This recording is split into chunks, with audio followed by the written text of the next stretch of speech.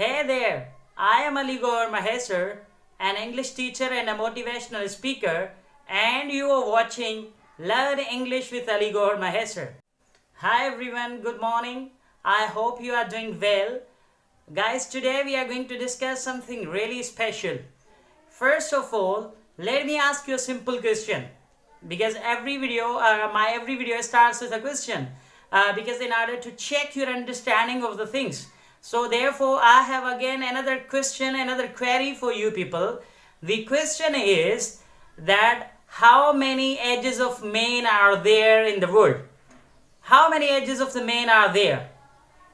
The simple answer to this question can vary from person to person. Because few people understand and think that there are 4 edges, that there are 3 edges, there are 6 edges. But according to the world's greatest literary figure in the world, William Shakespeare, there are 7 edges of man. And William Shakespeare, as you know, I think he is beyond being introduced here, because he is the world famous literary figure in the world, the greatest dramatist of all the times, the greatest sonneteer of the world literature.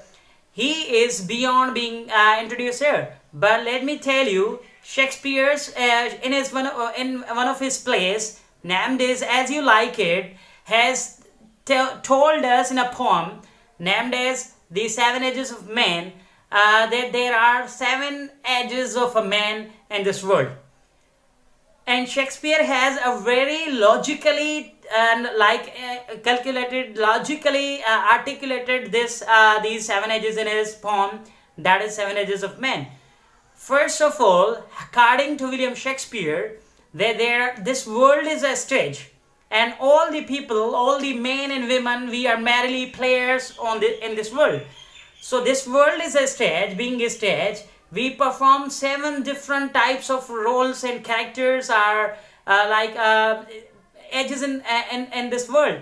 Drama. This world has been compared with a stage, and there is the entrance as well as the exits to the stage in this world.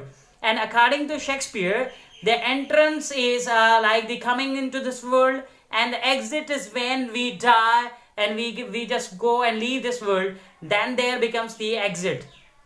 So let's get started with the 7 edges of man. Shakespeare has told that there are basically 7 edges of man. Number 1, infancy. Number 2 is schoolboy. Number 3, lover. Number 4, soldier. Number 5, justice. Number 6, old man.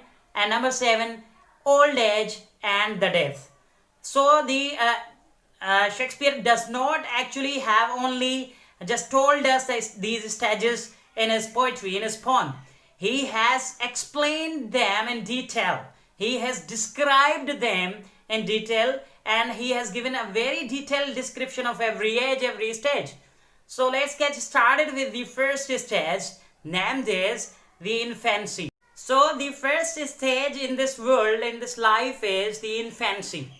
Shakespeare tells that the infant baby comes in this world, and he has described the very scenario. And when he comes in this world, it starts mewling and puking. It starts making the sounds which are very much familiar, very much similar to that of the cats, kittens. So baby starts making sounds that are mewling and puking. These sounds why the baby makes these sounds? Because the baby wants to let the world know that he has come into this world. Therefore, the first stage is when the baby boy, baby girl or infant is in the nurse arms, and it starts mewling and puking. And now the drama shifts, the poem shifts into the second stage, named as the schoolboy. I personally believe that this description of this schoolboy's stage is a wonderful and amazing description given by one of the greatest writer of the world literature, William Shakespeare, when he says that in the schoolboy's age, the child does not want to go to school willingly. He is forced to go to school, and therefore he moves to the school like at a snail's pace. He is creeping like a snail, going unwillingly to the school, thinking about the world of the pleasure and plays, and thinking about the world of the easiness and comfort, because child always does not like to go to school. A child does like play with the mates, with the children in the streets, in the parks, in the houses, and etc. Therefore, he has charted out very clearly that child does go to the school, but unwillingly, having a satchel, having a bag of books on his bag, hanging down his bag, and he is going to school unwillingly. Now the poem shifts, the life shifts into the third stage.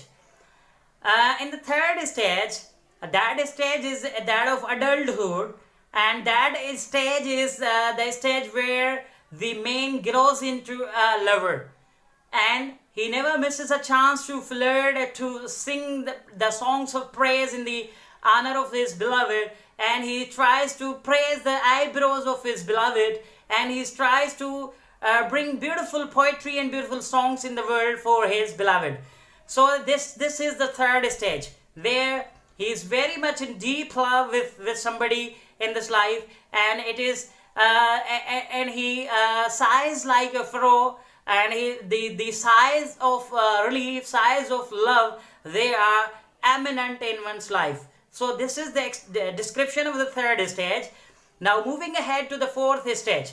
The fourth stage is when the man grows into a soldier's life, when he is crossing his teenagers and going down into the 20s and 21, 2 and 3rd and all these years. He is very quick to quarrel. He is very sharp. He is very he wants to get a reputation, he wants to get an honor and reputation that is as lasting as bubbles like life is. He wants to get that reputation, even how small, how shorter, how meager it can be, but he wants to be very reputable, very much familiar in the world and famous in the world. Therefore, and he wants to face the cannons. He wants to face any military, any equipment, any war artillery in the field of war, in the battleground, and he faces them with courage, with boldness, because he wants to have his patriotic feelings, exaggerated patriotic feelings, stand out and shine out. So in the fourth stage, he is seeking a bubble's reputation, and he is very quick to the quarrels, and he is very lively, very active, very much patriotic, and very much brave to face the music whatsoever in the world. Now the poem shifts into the fifth stage. In the fifth stage, again the description is wonderful, is amazing. I think nobody in the world can describe this stage in beautiful words as the Shakespeare has. In the fifth stage, the man shifts into the justice. It is the age of justice. It is the age of judge. Because the judge has to sit down on his chair and decide the cases and give the verdicts, and he listens to the whole day's proceeding. And the beautiful thing about judge's life, justice's life, is that his life is full of wisdom, and the saws and the quotations and the proverbs and the sayings about life. His speech is full of wisdom, and because of his overeating, because of his the nature of the work, his belly gets fat and round. His belly becomes round, and there are certain capital lines. There are some lines which is made because of the excessive sitting in the court and the life. Therefore, this stage describes the fair round belly along with the wisdom and the head that has grown over the years and has experienced the very life's incidents at the first-hand knowledge of these incidents. And therefore, this stage is the fifth stage, and named as the justice stage, the life of the judge. Now the next stage is the sixth stage, and this name of this stage, the old age. In the old age, the writer says, the Shakespeare says that the horse of the youth, the clothes and all those stuff that he has saved for his old age in his life, they are because he has now grown into a lean and pantaloon. He is now very thin. He is lean. He is skinny now, and therefore all those stockings, all those stuff of their youth, the clothes, they are now they are not fitting, and they are loosely attached to his body, and he is now shifting into the seventh stage. And the last stage, the seventh stage, is the stage of the extreme oldness, where one again goes into the another childishness, another childish life is there, awaiting there, and slowly and gradually the man is without the major senses. As you all know that there are 5 senses every man has in his life. So he is sense smell, sense taste, sense listening, everything, whether it's a sense of touch, whether it's a sense of listening, sense of taste and sense of sight. All these senses, they are lost by the old man, and slowly and gradually he is about to exit this stage, this world, and that is perhaps the last thing one can ever have in his life. So this is how Shakespeare has wonderfully delineated, wonderfully given us the description of every stage. If these descriptions would not have been there, we couldn't have understand these stages properly. Every age has its description very much beautifully given by Shakespeare, and this makes whole poem amazing and lot more to understand and lot more to just digest and grab. Thank you. We'll meet again with another video. Till then, goodbye. Thanks for watching.